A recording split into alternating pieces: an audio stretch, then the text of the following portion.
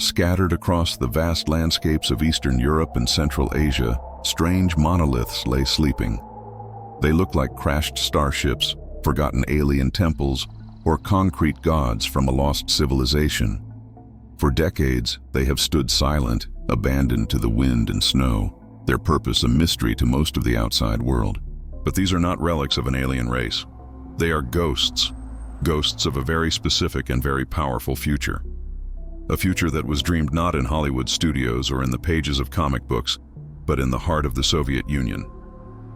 This was the communist dream of tomorrow, a vision of cosmic expansion, technological supremacy, and a united humanity, all forged in concrete and crowned with a red star.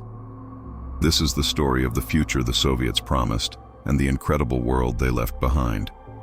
The Soviet dream of the future was a study in contrasts. On one hand, it was breathtakingly optimistic. Their magazines and concept art from the 50s and 60s depicted a glorious destiny among the stars. They showed brave cosmonauts exploring new worlds, vast orbital stations housing thousands, and utopian red cities on Mars.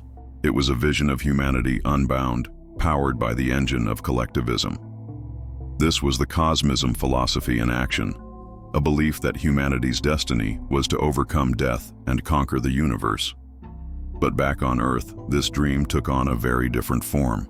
It was expressed through an architectural style known as Brutalism. The name itself comes from the French béton brut, meaning raw concrete, and that's exactly what it was: honest, uncompromising, and massive. Soviet architects weren't interested in comfort or elegance in the Western sense. They were building symbols. Each structure was a declaration of the state's power, its permanence, and its sheer, overwhelming scale. These buildings were designed to make the individual feel small, a part of something far greater and more important: the collective. This wasn't just architecture. It was ideology made manifest in concrete, and the symbols they built were extraordinary. In Moscow, the Conquerors of Space monument explodes towards the sky, a titanium-clad rocket trail frozen in time, a shrine to the heroes of the space race like Yuri Gagarin. In Kyiv, the Motherland Monument stands as a colossal steel sentinel, larger than the Statue of Liberty, wielding a sword and shield to protect the Soviet ideal. But the vision went beyond mere monuments. Entire buildings were designed to look like they had just landed from another planet. The Ministry of Highways in Georgia looks like a series of interlocking concrete blocks, a Jenga tower of bureaucratic power. The Druzhba Holiday Center in Yalta, a resort for workers, perches on a cliffside like a giant gear, its rooms radiating outwards, giving every guest a view of the sea.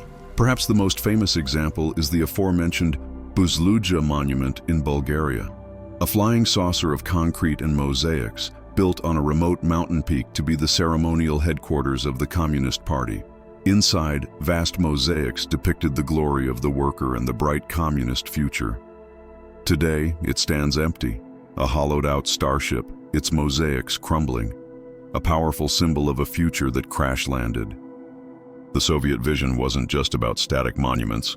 It was about movement and technological might. The pinnacle of this was, of course, their space program.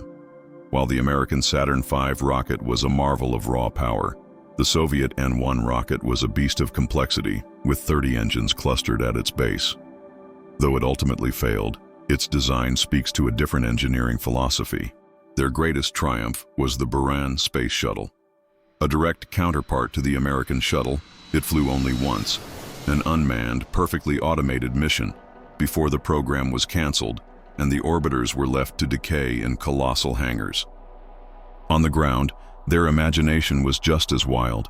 They envisioned atom trains, nuclear-powered locomotives that could cross the vast Siberian wilderness without refueling.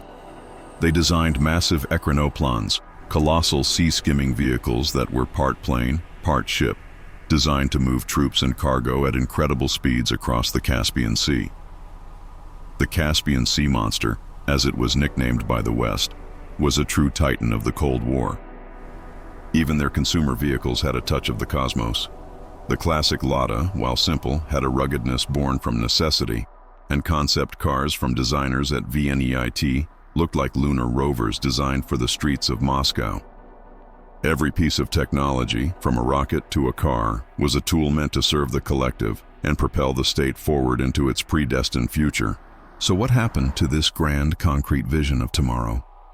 Why do these monuments to a cosmic future now lie in ruin? Unlike the dreams of science fiction authors, the Soviet future was tied directly to the health of a political ideology. The dream was not just a story, it was a promise that the communist system was not just an alternative, but the inevitable final stage of human history. And the structures they built reflected this belief in permanence. Concrete is heavy, it is solid, it is meant to last forever.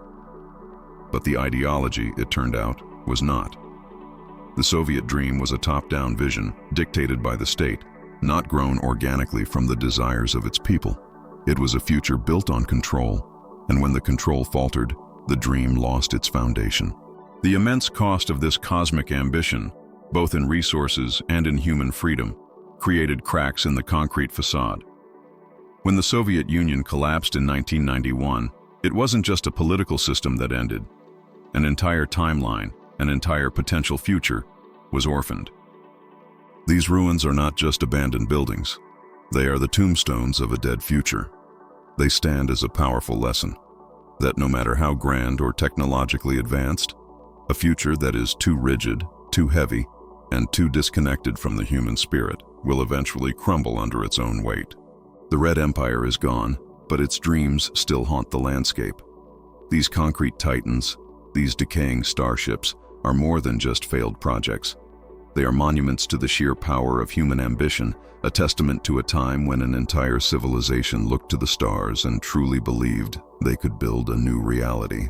They serve as a stark reminder that every vision of the future, no matter how utopian, carries the DNA of its creators, with all their hopes and all their flaws.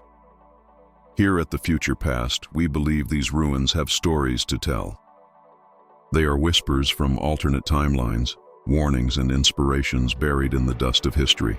If you were captivated by this journey into a lost world, subscribe to our channel and join us as we continue to unearth the incredible futures that never were.